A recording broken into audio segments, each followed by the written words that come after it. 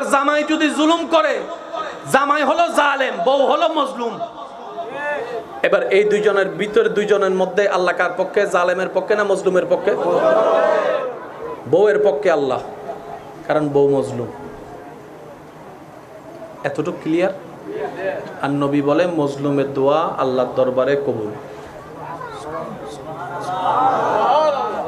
মজলুমের কোটাটা এমন একটা কোটা, যে কোটায় ভিতরে কেউ দোয়া করলে রব বলে যে কবুল। এখানে আর কোনো দরখাস্ত, আর কোনো কিছু প্রশ্ন করার দরকার নাই। এবার আসেন বাবা,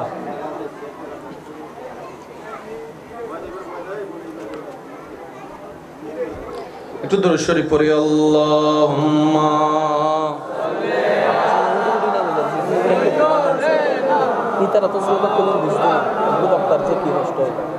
ওয়ালা আলে সাইয়্যিদিনা। সবাই একবার বলি আলহামদুলিল্লাহ। এবার সেই হিসাবে আমরা সবাই কিন্তু জালেম, আশা করি বুঝতেছেন। এই হিসাবে আমরা সবাই কিভাবে? মা বাবা টাকা দিছে পড়ার জন্য, সে টাকাটা আপনি আমি ওই আর ম্যান করে চুপ করে থেকে হতজুরি নাই না জানে, আর বন্ধু যদি বিশ্বাস করে নাই না জানে। মা বাবার গামের উপার্জনকৃত টাকা কোচিং এর নাম দিয়ে নিয়ে, জোরে জোরে বলেন না, পার্কে যাওয়া হয়েছে, সেখানেও সন্তান জালেম।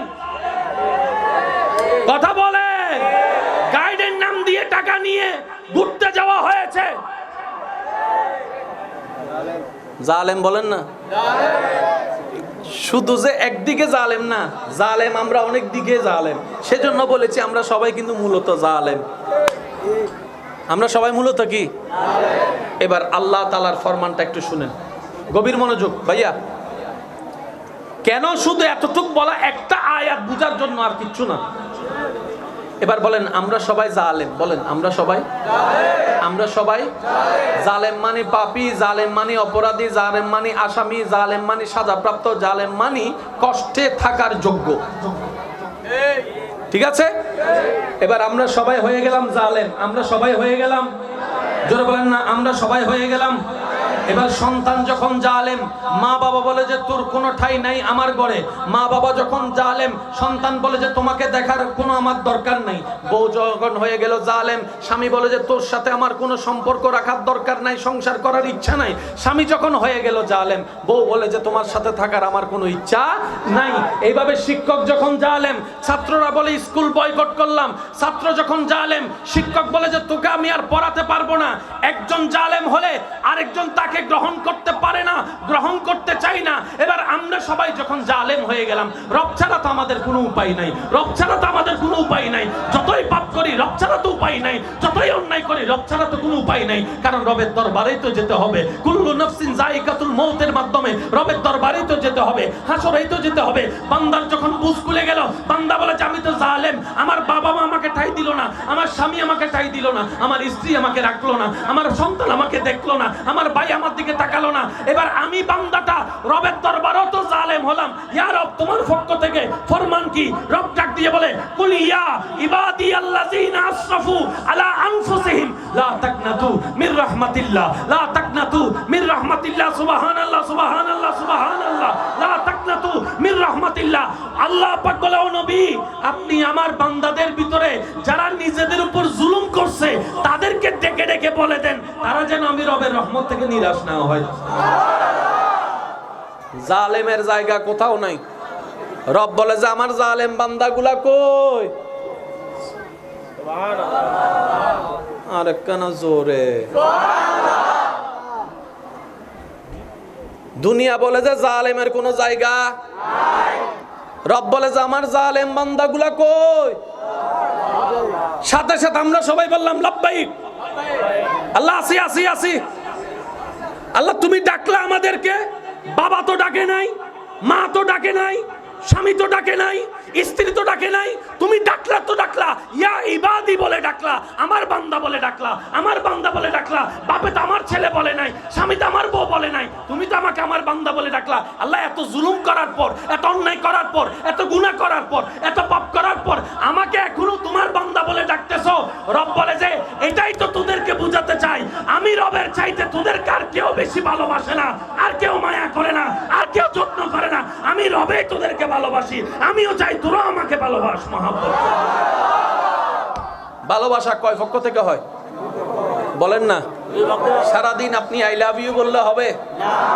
ওই দিক থেকে আই লাভ ইউ টু এসো নমাতের আর গুণ এনে চুপ করে বই থেকে কি দেয়? অত হোয়াটসঅ্যাপ তো মেসেজ ফাটাই ফেলাই সারা দিন ভর আই লাভ ইউ টু হইতো হইতো ইনেন্ডে না হদ দেয় হদে যা সরম ইনেন্ডে কেন হয়? আই লাভ ইউ যদি বলা হয় আই লাভ ইউ টু আসতে হবে জোরে জোরে জোরে। আমি তোমাকে ভালোবাসি যদি বলা হয় আমিও তোমাকে ভালোবাসি বলতে হবে। ইও তো একটা হতা মনত ফজি হইম না ওয়াজ বেক কথা কিন্তু মুরব্বী করল ন কিছু কিছু হতা যুবক ভাই বোন দরকার আছে না নাই? কারণ যুবক বাঁচি তাইলে তো দাদা নানা বাঁচি তাইব, নাতি বাঁচি তাইলে, খোয়া বাঁচি তাইলে তো মা বাপ বাঁচি তাইব, ঠিক না বে ঠিক? তা আমি তোমাকে ভালোবাসি উত্তর কি হয়? আমি ও তোমাকে মাতো নবা, আমিও তোমাকে। এই হতায়ন কি নতুন না পুরন? কিন্তু হতায়নের ভিতর হত্তর বেজাল আছে, তো খেয়াল না করো।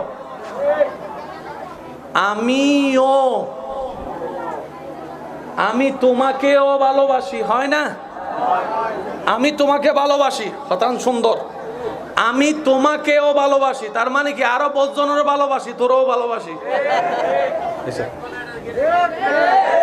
আমি তোমাকেও ভালোবাসি যদি বলে হবুদি একজনের ভালোবাসা তো নয়, আরো ৫ জনের ভালোবাসে এন্ডবু তো তুই একজন ভাই তো হতাইবে একজন কেন?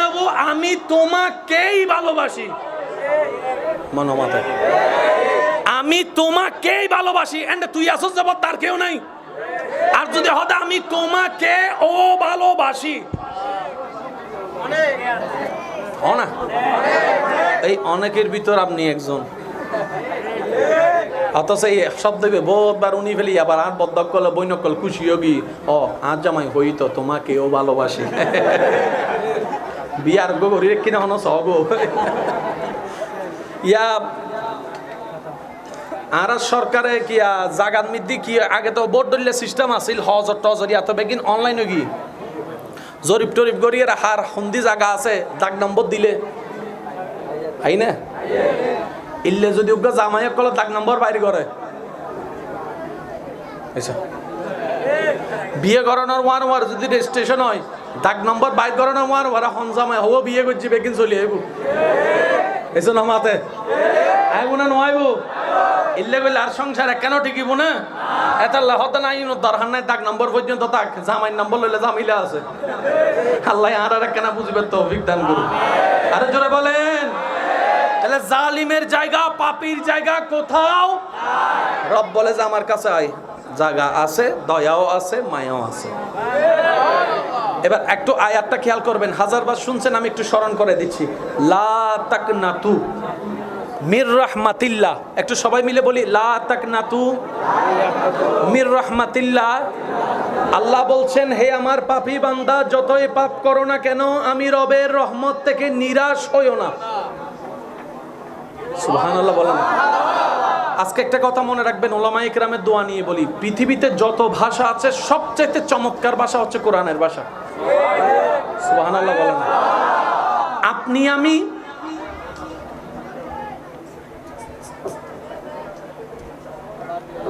আপনি আমি 1 লাখ মানুষ 1 লাখ বছর কথা বলে যত জ্ঞান বুঝাতে পারবো কোরআন একটা শব্দ দিয়ে সেটা বুঝাই ফেলে।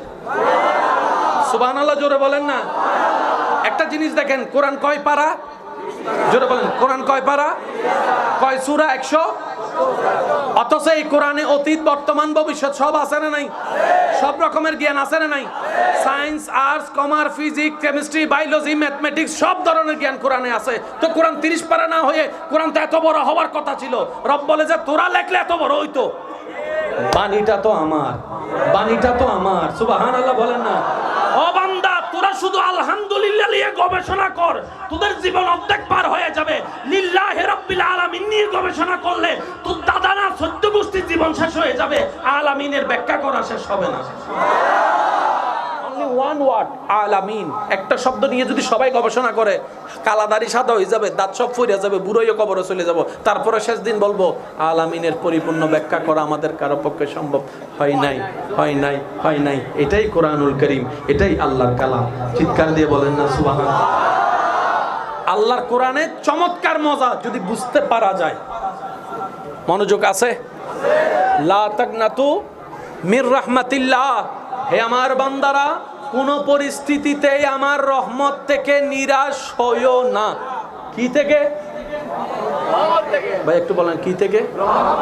এই শব্দটা একটু মনোযোগ দিবেন। কি থেকে নিরাশ হতে আল্লাহ মানা করছেন? রহমত কি বুঝার দরকার। এই যে আপনি আমার দিকে তাকছেন, দেখছেন, এটাও রহমত।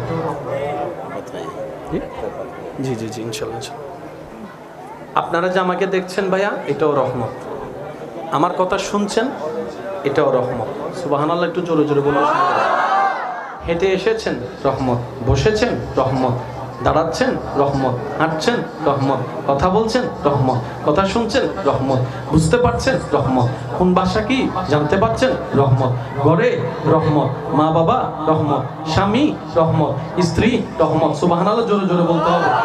সন্তান রহমত, ব্যবসা রহমত, চাকরি রহমত, দেখতে পারা রহমত, সন্তান রহমত, নাতি রহমত, পতি রহমত, ঘর রহমত, চাকরি রহমত, ডানে রহমত, বামে রহমত, সূর্য রহমত, চন্দ্র রহমত, সাগর রহমত, নদী রহমত, আকাশ রহমত, বৃষ্টি রহমত, মেঘ রহমত। সুবহানাল্লাহ বলেন না।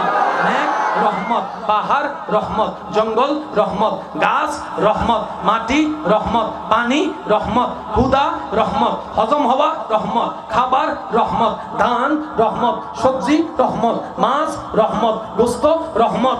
আপনার জীবন কেন্দ্রিক যা আছে সবই রবের দেওয়া রহমত। আর আল্লাহ বলছেন আমার রহমত থেকে নিরাশ হইস না। তার মানে কি? অনেক দিছি,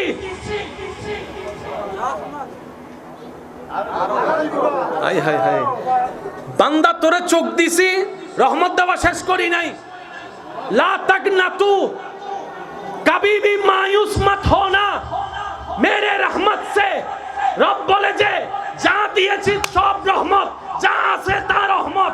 আর নিরাশ হইস না, যা দিব তাও রহমত। আমি দিতেই থাকবো, তুই নিতেই থাকবি। আমি দিতেই থাকবো, তুই নিতে থাকবি। সবে আমি আল্লাহ তোদের কাছে চাই, তোরা যেন সবসময় শুকরিয়া আদায় করস।